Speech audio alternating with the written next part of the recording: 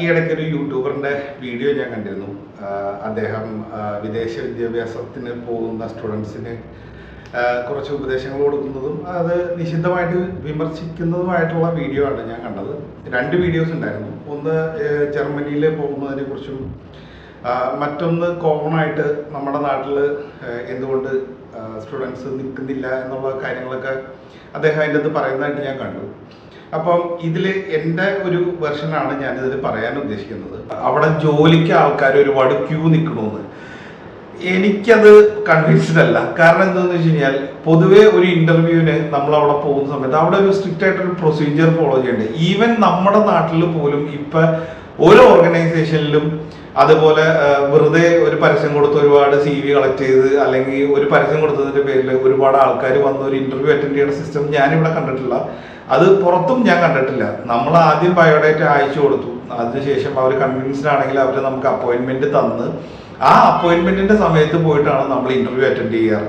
അത് നമ്മളുടെ നാട്ടിലും അത് തന്നെയാണ് സിസ്റ്റം. ഈ ക്യൂ ഓവർഫ്ലോ ആവണു, അത് മാത്രം ആൾക്കാർക്ക് അവിടെ ഇതില്ല എന്നൊക്കെ പറയണത് എന്തടിസ്ഥാനത്തിലാണ് ആള് പറഞ്ഞതെന്ന് എനിക്ക് മനസ്സിലായില്ല. പിന്നെ ആള് പറഞ്ഞു ബസ് സ്റ്റേഷനിൽ മര്യാദകൾ പാലിക്കാറില്ല, റോഡിൽ മര്യാദകൾ പാലിക്കാറില്ല, ഡ്രൈവിംഗ് ലൈസൻസ് എടുത്താൽ പോലും നമ്മളുടെ നാട്ടിലെ സിസ്റ്റം ഫോളോ ചെയ്യണം.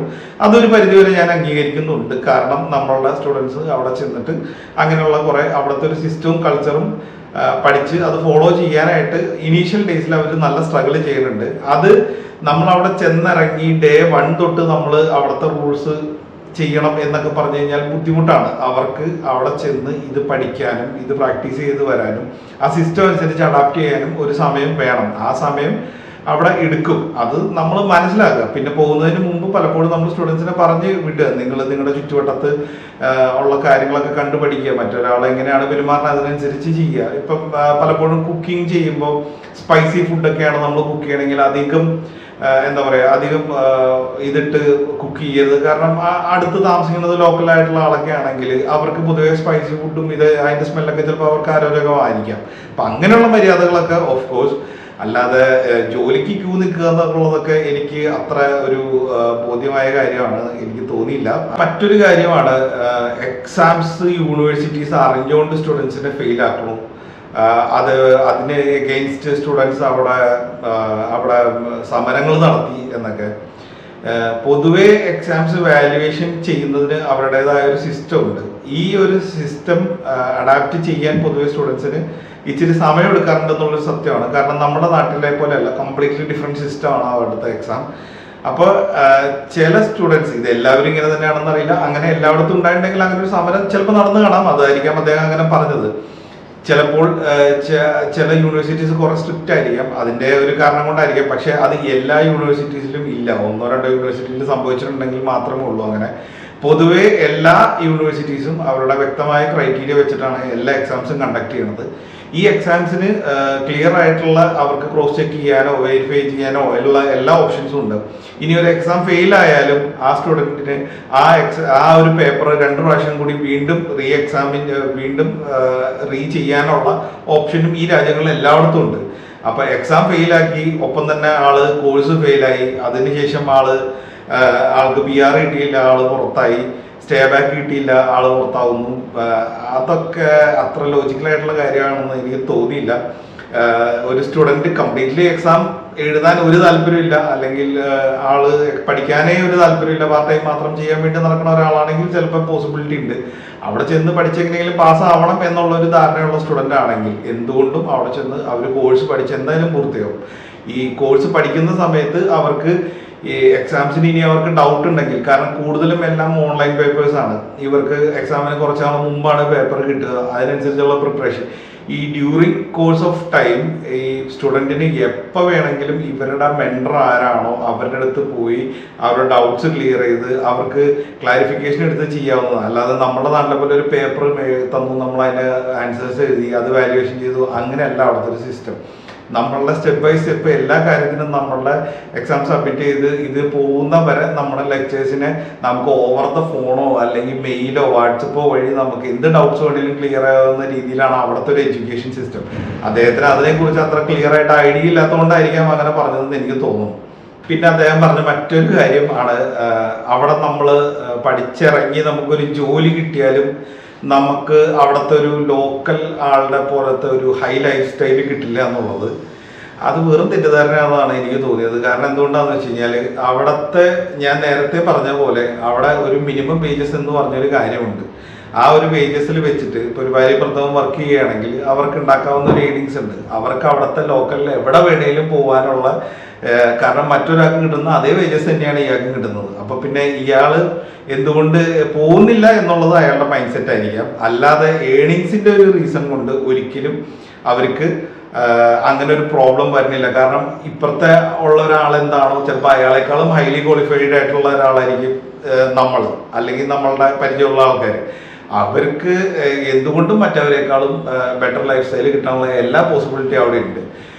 നമ്മൾക്ക് ചെയ്യുന്ന ജോലിക്ക് മിനിമം വേജസ് അല്ലെങ്കിൽ നമുക്ക് കൂടിയ വേജസ് കിട്ടുന്നിടത്തോളം നമുക്ക് ആ ലൈഫ് എക്സ്പ്ലോർ ചെയ്യാനുള്ള ഒരു ചാൻസ് അവിടെ എപ്പോഴും ഉണ്ട്. പിന്നെ നമ്മൾക്ക് ബേസിക്കലി ഇന്ത്യൻസിന് ഒരു മൈൻഡ് സെറ്റ് എന്താണെന്ന് വെച്ച് കഴിഞ്ഞാൽ നമുക്ക് കൂടുതൽ എമൗണ്ട് സേവ് ചെയ്യണം ഫ്യൂച്ചറിലേക്ക് എന്നുള്ളത് നമ്മളുടെ പേരൻസ് പണ്ടേ പറഞ്ഞ് പഠിപ്പിച്ചിരുന്ന ഒരു കാര്യമാണ്.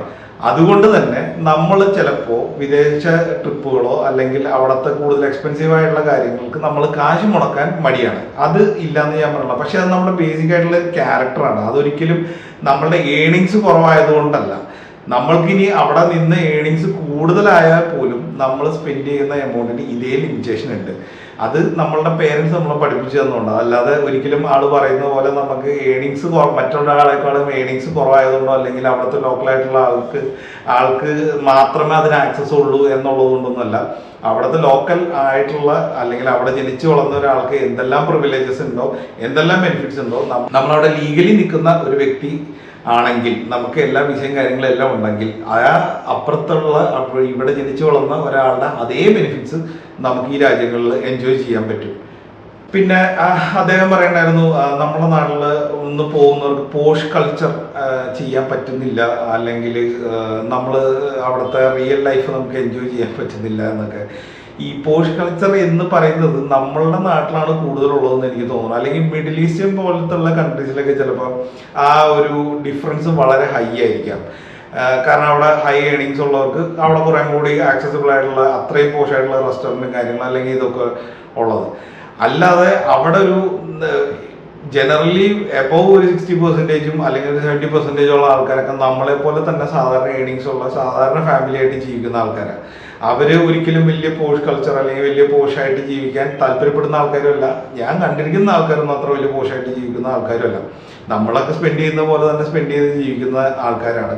നമുക്ക് ഇതിലൊരു ഡിഫറൻസ് വരാൻ സാധ്യത എന്താണെന്ന് വെച്ച് കഴിഞ്ഞാൽ ചിലപ്പോൾ അവരുടെ വീടുകളെല്ലാം അവർക്ക് ചിലപ്പോൾ പേരൻസ് വഴി കിട്ടിയിട്ടുണ്ടാവാം. അങ്ങനെ കിട്ടിയിട്ടുണ്ടെങ്കിൽ അവർക്ക് ആ വീടിന്റെ മോർഗേജ് ഒഴിവായി കിട്ടുന്നു മാത്രമേ ഉള്ളൂ. പക്ഷേ അപ്പോഴും അദ്ദേഹം പറയുന്ന ഒരു കാര്യമുണ്ട്, 18 വയസ്സായി കഴിയുമ്പോൾ പേരൻസ് പിള്ളേരുടെ അടുത്ത് വേറെ പോയി ജീവിക്കാൻ പറയണു, അവർ അവിടെ വേറെ പോയി ജീവിക്കേണ്ടി വരുന്നു എന്നൊക്കെ. ഈ വേറെ പോയി ജീവിക്കാൻ പറയുന്ന, അങ്ങനെ വീടുകളിൽ നിന്ന് മാറി താമസിക്കേണ്ടി വരുന്ന അവിടെ ജനിച്ചു വളർന്ന കുട്ടികളുടെ മാനസികാവസ്ഥയും അവരുടെ പ്രശ്നങ്ങളും പുള്ളി ചിലപ്പോൾ ഇതിൽ കണ്ടിട്ടില്ല എന്ന് തോന്നുന്നു. പല വീഡിയോസും ഞാൻ കണ്ടിട്ടുണ്ട്. പേരൻസ് നിർബന്ധിച്ച് 18-19 വയസ്സിൽ വേറെ മാറ്റി താമസിപ്പിച്ച് ഇവർക്ക് ഇവരുടെ മാനസികമായ പ്രശ്നങ്ങളും പിന്നെ കുറെ അൺവാണ്ടഡ് റിലേഷൻഷിപ്പും അൾട്ടിമേറ്റ്ലി ഇവരുടെ ലൈഫ് സ്പോയിലായി പോയ ഒരുപാട് സാഹചര്യങ്ങൾ ഞാൻ കണ്ടിട്ടുണ്ട്. അപ്പൊ ഈ പേരൻസ് മാറ്റി താമസിപ്പിക്കണു എന്നുള്ളത് ഒരു പ്ലസ് ആണെങ്കിൽ അതിൻ്റെ ഒരു മൈനസും കൂടി ഉണ്ട്. കാരണം ഡ്രഗ് അബ്യൂസ് നമ്മുടെ നാട്ടിനേക്കാൾ ഏറ്റവും വേഴ്സ്റ്റ് ആയിട്ടുള്ള ഒരു സിറ്റുവേഷനാണ് ഡ്രഗ് അഡിക്ഷനും പ്രശ്നങ്ങളും. കാരണം ഒരാൾ ഈ തരം കൂട്ടുകെട്ടിലോട്ട് പോകാനായിട്ട് ഏറ്റവും ബെസ്റ്റ് ഏജ് ആണ് ഈ പറഞ്ഞ 17, 18, 19, 20, 21, 22 വയസ്സ്. ഈ 22 വയസ്സിൻ്റെ ഉള്ളിൽ ഇവർ ചെന്ന് പെടുന്ന കൂട്ടുകെട്ട് ഏതാണ്, ഇവർക്ക് കിട്ടുന്ന ഫ്രണ്ട്ഷിപ്പ് ഏതാണ്, ഇതെല്ലാം ഡിപ്പെൻഡ് ചെയ്തിരിക്കും ഇവരുടെ അവിടുത്തെ റിയൽ ലൈഫും. അപ്പൊ അതുകൊണ്ട് നമ്മളുടെ നാട്ടിൽ പലപ്പോഴും ഞാനത് വലിയൊരു അഡ്വാൻറ്റേജ് ആയിട്ട് പറഞ്ഞു കേട്ടിട്ടുണ്ട്. 18 വയസ്സ് കഴിയുമ്പോൾ പിള്ളേർ അവരുടെ രീതിക്ക് വിടും, ഇതാണ്. പക്ഷെ ഇതൊരു അഡ്വാൻറ്റേജ് ആണെങ്കിൽ അതേപോലെ തന്നെ ഇതിന് ഡിസഡ്വാൻറ്റേജസും ഉണ്ട്. ഇവര് പേരൻസിൻ്റെ അടുത്ത് നിന്ന് മാറിപ്പോയി കഴിയുമ്പോൾ ഇവരുടെ സാഹചര്യം എന്താണെന്നും ഇവർക്ക് എങ്ങനെ ജീവിക്കണമെന്ന് പോലും ചിലപ്പോൾ പലപ്പോഴും പേരൻസ് അന്വേഷിക്കുകയോ അല്ലെങ്കിൽ അന്വേഷിച്ചാൽ പോലും അവർക്ക് അതിലൊരു കൺട്രോളില്ലാണ്ടായിപ്പോയി. 18 വയസ്സ് വരെ അവിടെ പേരൻസ് പുറത്തു വിടുന്നു. ഇവിടെ നമ്മുടെ പേരൻസ് ഡിഗ്രി കഴിഞ്ഞിട്ടും അല്ലെങ്കിൽ ഒരു എഞ്ചിനീയറിംഗ് കോഴ്സൊക്കെ കഴിഞ്ഞിട്ടും പിള്ളേരെ പഠിക്ക് വിടുന്നില്ല എന്ന് അദ്ദേഹം പറയണത് ഞാൻ കേട്ടു. ഇതിൻ്റെ ഒരു പ്രധാന കാരണം എന്താണെന്ന് വെച്ച് കഴിഞ്ഞാൽ ആഴ്ചയിൽ 6 ദിവസവും ക്ലാസ്സാണ്.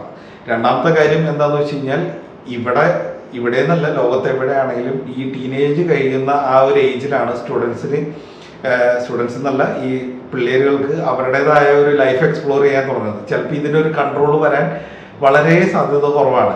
അപ്പം ആ ഒരു സാഹചര്യം ഉണ്ടാവാതിരിക്കാൻ വേണ്ടിയിട്ടാണ് പലപ്പോഴും നമ്മുടെ ഇവിടുത്തെ പേരൻസ് പിള്ളേരിൽ ഒരു കൺട്രോൾ വയ്ക്കുന്നത്. അതൊരിക്കലും ഒരു തെറ്റായിട്ട് എനിക്ക് തോന്നിയിട്ടില്ല.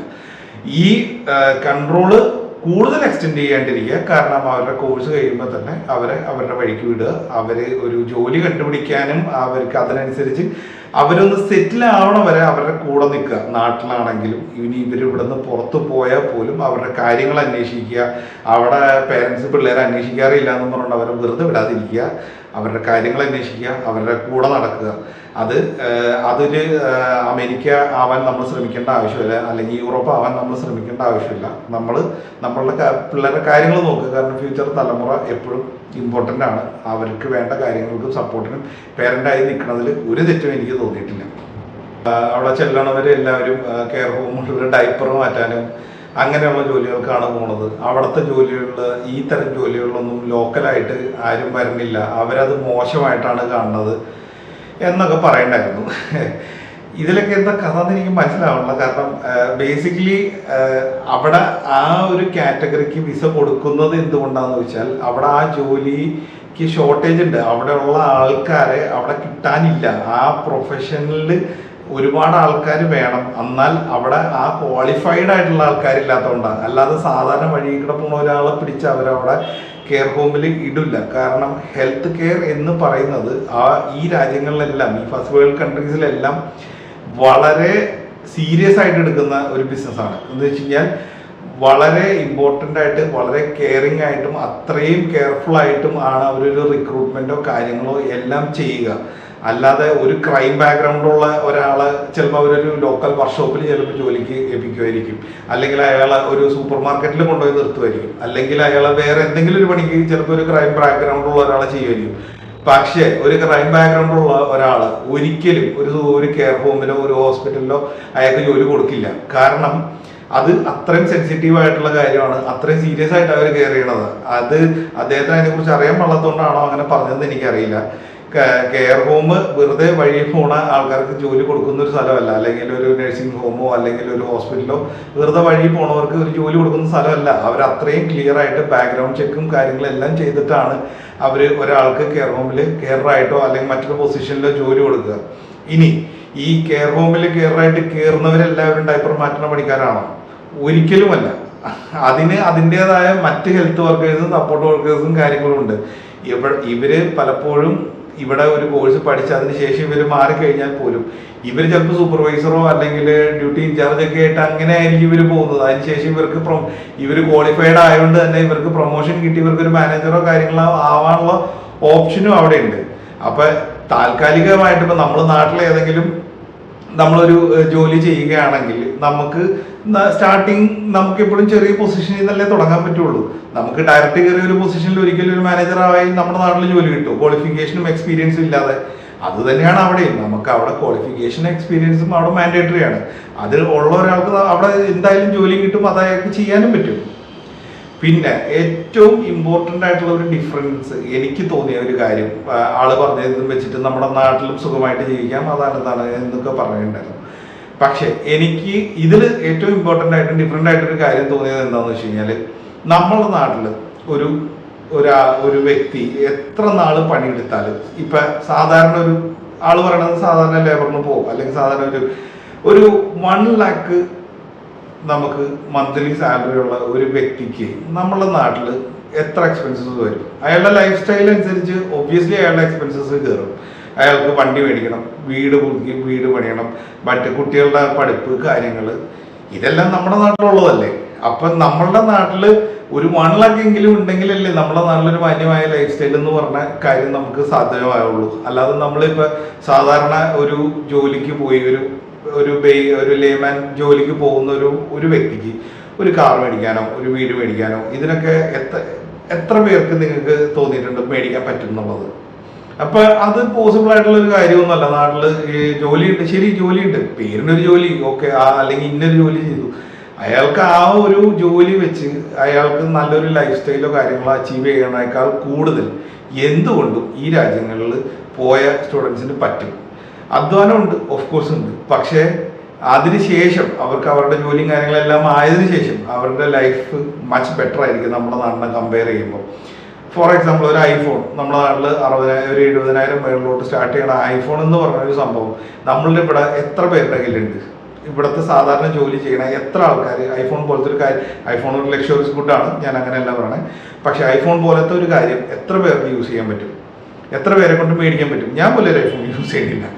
അപ്പം അതൊരു ലക്ഷറിയസ് ഗുഡാണ്. പക്ഷേ അവിടെ ഒരു രാജ്യത്ത് താമസിക്കുന്നവർക്ക് ഒരു ഐഫോണോ അല്ലെങ്കിൽ നമ്മുടെ നാട്ടിലെ നല്ലൊരു SUV അല്ലെങ്കിൽ നല്ലൊരു വീടോ കാര്യങ്ങളോ അവർക്ക് ഈസി ആയി പോസിബിൾ ആണ്. അവർ പഠിത്തം കഴിഞ്ഞ് ഒരു 2-3 വർഷത്തിനുള്ള അവർക്ക് നല്ലൊരു വീട് മേടിക്കാനോ അല്ലെങ്കിൽ വർക്ക് വിസയതിനു ശേഷം വീട് മേടിക്കാനോ കാര്യങ്ങളോ മേടിക്കാനോ അവർക്ക് പറ്റും. അതവിടെ പോസിബിൾ ആണ്. അതിന് വേണ്ടിയിട്ടാണ് നമ്മുടെ നാട്ടിൽ നിന്ന് പലപ്പോഴും സ്റ്റുഡൻസ് ഇവിടുന്ന് കയറി പോകുന്നത്. ഇനി നമ്മളൊരു ഹോസ്പിറ്റലൈസേഷൻ കാര്യങ്ങൾ വന്നു, നമ്മളൊരു ഹെൽത്ത് ഇൻഷുറൻസ് കാർഡുള്ള ഒരു വ്യക്തിയാണെങ്കിൽ പോലും നമ്മൾക്ക് ആ ഹോസ്പിറ്റൽ എക്സ്പെൻസസ് കവർ ചെയ്യാമെന്നല്ലാതെ നമുക്ക് പിന്നീട് എന്തെങ്കിലും ഒരു പ്രശ്നങ്ങൾ വന്നാൽ നമ്മളുടെ നാട്ടിലെ ഗവൺമെന്റ് എത്ര സപ്പോർട്ട് ചെയ്യും? നമുക്ക് എന്തെല്ലാം മെഡിസിൻസ് എത്ര വരെ നമുക്ക് കിട്ടും? നമ്മൾക്ക് ഈ ഒരു രാജ്യങ്ങളിൽ ഉള്ള സമയത്ത് നമ്മളുടെ ഫുൾ കംപ്ലീറ്റ് എക്സ്പെൻസസും കാര്യം നമ്മുടെ സാലറിയിൽ നിന്ന് അവർ ടാക്സ് ആയിട്ട് ഒരു എമൗണ്ട് കട്ട് ചെയ്യുന്നുണ്ട്. പക്ഷേ നമുക്ക് അതിനുള്ള മെഡിക്കൽ എക്സ്പെൻസസും കാര്യങ്ങളും നമുക്ക് കിട്ടുന്നുണ്ട്. അതുപോലെ തന്നെ നമുക്കുള്ള ബാക്കിയുള്ള അലവൻസ് കാര്യങ്ങൾ, കുട്ടികളുടെ അലവൻസ് കാര്യങ്ങൾ, കുട്ടികളുടെ സ്കൂള് കാര്യങ്ങളെല്ലാം അവർ ഈ ഗവൺമെന്റ് ടേക്ക് കെയർ ചെയ്യുന്നുണ്ട്. 18 വയസ്സ് വരെ ആവുന്ന വരെയുള്ള ഇവരുടെ +2 കഴിയുന്ന വരെയുള്ള എഡ്യൂക്കേഷൻ അബ്സല്യൂട്ട്ലി ഫ്രീ ആയിട്ട് ഗവൺമെന്റ് പ്രൊവൈഡ് ചെയ്യുന്നുണ്ട്. പല രാജ്യങ്ങളിലും സ്കൂളിൽ പോകുന്ന സ്റ്റുഡൻസിന് അവർക്ക് മന്ത്ലി അലവൻസ് കൊടുക്കുന്നുണ്ട് അവരുടെ എക്സ്പെൻസസ് മീറ്റ് ചെയ്യാനായിട്ട്. നമ്മളുടെ ഒരു ലോക്കൽ ഗവൺമെന്റ് സ്കൂളിൽ പഠിച്ചാൽ പല അലവൻസും ഉണ്ട്, ഇല്ലാന്ന് ഞാൻ പറയാനില്ല. പക്ഷെ നമ്മളുടെ സ്റ്റുഡൻസിനെ നമ്മളുടെ കുട്ടികളെ നമ്മൾ ഇവിടുത്തെ ഗവൺമെന്റ് സ്കൂളിൽ കൊണ്ടുവന്ന എത്ര പേരൻസ് ആക്കാൻ റെഡി ആവുന്നുണ്ട്? എത്ര പേര് ഈ ഒരു അലവൻസ് മാത്രം ചിന്തിച്ച് അവിടെ കൊണ്ടുവന്നാക്കുന്നുണ്ട്? അപ്പൊ അവിടുത്തെ ഗവൺമെന്റ് സ്കൂളുകൾക്ക് പോലും മെജോറിറ്റി എന്ന് പറഞ്ഞാൽ വളരെ മെജോറിറ്റി പിള്ളേരുകളും ഈ രാജ്യങ്ങളിലെല്ലാം അവിടുത്തെ ഗവൺമെന്റ് സ്കൂളുകളിൽ തന്നെയാണ് പഠിക്കുന്നത്. പക്ഷേ അവിടുത്തെ ഗവൺമെന്റ് സ്കൂളുകളുടെ നിലവാരം ഒരുപാട് കൂടുതലാണ്. ഈ നമ്മൾ ഇപ്പോൾ എൻ്റെ പേരൻസ് എനിക്ക് വേണ്ടി കഷ്ടപ്പെട്ടു, അതുകൊണ്ട് എനിക്ക് കുറച്ചും കൂടെ ബെറ്റർ ലൈഫ് സ്റ്റൈൽ കിട്ടി. ഇപ്പൊ നമ്മളുടെ ഈ സ്റ്റുഡൻസ് ഈ കുട്ടികൾ അവിടെ പോയി അവരവിടെ സെറ്റിലായി, അവരുടെ ഒരു ഫ്യൂച്ചർ ജനറേഷൻ നന്നായി ജീവിക്കണം, എനിക്കും നന്നായി ജീവിക്കണം, അവർ കുറെ കൂടെ ബെറ്റർ ആയിട്ട് ജീവിക്കട്ടെ എന്ന് വിചാരിക്കുക. ഇപ്പൊ ഫോർ എക്സാമ്പിൾ അമേരിക്ക പോലത്തെ ഒരു രാജ്യം, അവിടെ ബ്ലാക്സിനെ സ്ലേവ്സ് ആയിട്ട് കൊണ്ടുവന്നു, മറ്റുള്ള പല കമ്മ്യൂണിറ്റി ലാറ്റിൻ അമേരിക്കൻസിനെയും എല്ലാവരെയും വേറെ കാറ്റഗറിയിലുള്ള ആൾക്കാരെ അവിടെ കൊണ്ടുവന്നു. പക്ഷെ ഇന്നതൊരു ഹാർമോണിയസ് ആയിട്ട് എല്ലാവരും ഒരു ഇതായിട്ടല്ലേ ജീവിക്കണത്. ആ പല യൂറോപ്യൻ രാജ്യങ്ങളിലുള്ളവർക്കും മറ്റുള്ളൊരു കമ്മ്യൂണിറ്റിയിലുള്ള ആൾക്കാർ അവർക്ക് പരിചയമില്ല, അവർ കണ്ടിട്ടില്ല. അപ്പോൾ പക്ഷേ ഈ കുട്ടികളെല്ലാവരും സ്കൂളുകളിൽ നിന്ന് ഒന്നിച്ച് പഠിച്ചും വളർന്നും വരുമ്പോൾ അവർക്ക് ഈ ഒരു കൾച്ചറൽ ഡിഫറൻസ് ഉണ്ടാവാൻ പോകുന്നില്ല എന്നുള്ളതാണ് അതിൻ്റെ ഒരു സത്യം. ചിലപ്പോൾ നമ്മളുടെ ഈ ഒരു ജനറേഷൻ അതൊരു പ്രോബ്ലം ആയിരിക്കാം, പക്ഷെ ഫ്യൂച്ചറിൽ വരുന്ന ആ ഒരു ജനറേഷൻ അവരായിട്ട് ജെല്ലായിട്ട് പൊക്കോളും. അതിനൊന്നും നമ്മളിപ്പോൾ അത്ര ഓവർ കൺസേൺഡ് ആവേണ്ട ആവശ്യമില്ല. അവർക്ക് അവിടുത്തെ ലോക്കൽ സ്റ്റുഡൻറ്, അവിടെ ജനിച്ചു വളർന്ന മറ്റുള്ള ആൾക്കാരുടെ മക്കളെ പോലെ തന്നെ അവിടെ ജനിച്ചു വളർന്ന ആ പിള്ളേരുകളും അവരുടെ കൂടെ തന്നെ ഇതായി പൊക്കോളും. ഞാൻ പഠിച്ച ഒരു സ്കൂളിൽ തമിഴ് പിള്ളേരുണ്ടായിരുന്നു. അവരുടെ പേരൻസ് റെയിൽവേയിലായിരുന്നു വർക്ക് ചെയ്തുകൊണ്ടിരുന്നത്. എനിക്ക് അവരുടെ കൂടെ പഠിച്ചു വളർന്ന സമയത്ത് ഇവര് തമിഴനാണ് ഇതാണെന്ന് എനിക്ക് അന്നേ തോന്നില്ല. കാരണം അവരുടെ മൈൻഡ് അതാണ്, കാരണം അന്നത്തെ മൈൻഡ് സെറ്റ് അതാണ്. അവരൊരിക്കലും ചിന്തിക്കാൻ പോകുന്നില്ല അത് വേറൊരു ഇതിൽ നിന്നാണ്, ഇവർ വേറെ സ്ഥലത്തു നിന്ന് വന്നാണെന്ന് ഒരിക്കലും ചിന്തിക്കുന്നത്. ഇന്ന് ഇത്ര ഏജായതിനു ശേഷം ചിന്തിക്കുമ്പോഴാണ് അവരന്ന് അവിടെ വേറൊരു ഇതിൽ നിന്ന് വന്ന ആൾക്കാരാണെന്നുള്ള തിരിച്ചറിവ് പോലും ഉണ്ടാകുന്നത്. അപ്പൊ അതൊക്കെ വെറും തെറ്റിദ്ധാരണയും ഊഹാപോഹങ്ങളാണെന്നാണ് എനിക്ക് തോന്നിയത്. അദ്ദേഹം പറയുന്നതിൽ കുറച്ച് പോയിന്റ്സ് ഉണ്ട്. നിങ്ങൾ വലിയൊരു എമൗണ്ട് ബാധ്യത എടുത്തു വെച്ച് നിങ്ങളെ കൊണ്ട് താങ്ങാൻ പറ്റാത്തൊരു എമൗണ്ട് അവിടെ ചെന്ന് നല്ല സുഖമാണ് എന്നൊക്കെ വിചാരിച്ച് നിങ്ങൾ ഇവിടെ നിന്ന് കയറി പോവാൻ ഒരിക്കലും പാടില്ല. നിങ്ങളെ കൊണ്ട് പറ്റാവുന്ന എക്സ്പെൻസസ്, മീറ്റ് ചെയ്യാവുന്ന എക്സ്പെൻസസ് എടുക്കുക. അതുകൊണ്ട് ആൾക്ക് പോകാൻ പറ്റുന്ന ഉറപ്പുണ്ട്. ഇനി ഇത്രയും എക്സ്പെൻസ് എടുത്തതിന് ശേഷം നിങ്ങൾക്ക് കുറച്ച് നാളെങ്കിലും ആളവിടെ ഒന്ന് സെറ്റിൽ ആവണ വരെയെങ്കിലും നിങ്ങൾക്ക് കാര്യങ്ങളെല്ലാം നന്നായിട്ട് ഓടിക്കാൻ പറ്റും എന്നുണ്ടെങ്കിൽ നിങ്ങൾ തീർച്ചയായിട്ടും വിദേശ പഠനത്തിന് നോക്കുക. കാരണം അങ്ങോട്ട് എത്താൻ ഏറ്റവും എളുപ്പമുള്ള മാർഗം വിദേശ പഠനം തന്നെയാണ്. കാരണം വർക്ക് വിസ എന്ന് പറഞ്ഞു കഴിഞ്ഞാൽ ഒരുപാട് ഫോർമാലിറ്റീസും കാര്യങ്ങളുണ്ട്, അതിനെ കിട്ടാനും ബുദ്ധിമുട്ടാണ്. പക്ഷേ വൺസ് നിങ്ങൾ ആ രാജ്യത്തിൻ്റെ അകത്താണെങ്കിൽ നിങ്ങൾക്ക് കുറേ കൂടെ ഓപ്പർച്യൂണിറ്റീസ് ഉണ്ട്. അപ്പോൾ അത് നിങ്ങൾക്ക് എക്സ്പ്ലോർ ചെയ്യാനുള്ള ചാൻസ് ഉണ്ട്. അതല്ലാതെ ആൾ പറയുന്ന പോലെ നിങ്ങൾക്ക് ഇപ്പം അവിടെ ചെന്ന് കഴിഞ്ഞാൽ നിങ്ങൾ അവിടെ അടിമയാണെന്നും അല്ലെങ്കിൽ നിങ്ങൾക്ക് അവിടെ തേർഡ് സിറ്റിസൺ ആണെന്നൊക്കെ പറയുന്നതിലൊന്നും വലിയ കഥയൊന്നുമില്ല. യൂണിവേഴ്സിറ്റീസ് എല്ലാം അവിടെ ആളെ തോപ്പിക്കാൻ വേണ്ടിയിരിക്കണമെന്ന് പറയുന്നതിലും വലിയ കാര്യമായിട്ടൊന്നും എനിക്ക് തോന്നുന്നില്ല. അപ്പം വിദേശ പഠന സംബന്ധമായ എന്തെങ്കിലും കാര്യങ്ങളൊക്കെ ഉണ്ടെങ്കിൽ ചോദിക്കുക. അതേപോലെ തന്നെ ഇങ്ങനെയുള്ള എന്തെങ്കിലും കാര്യങ്ങളുണ്ടെങ്കിൽ നിങ്ങൾക്ക് കമൻ്റായിട്ട് പറയാം, അല്ലെങ്കിൽ എൻ്റെ അടുത്ത് ചോദിക്കണമെങ്കിൽ ചോദിക്കാം. ഓക്കെ, അപ്പോൾ മറ്റൊരു വീഡിയോ ആയിട്ട് വീണ്ടും കാണാം. Thanks for watching.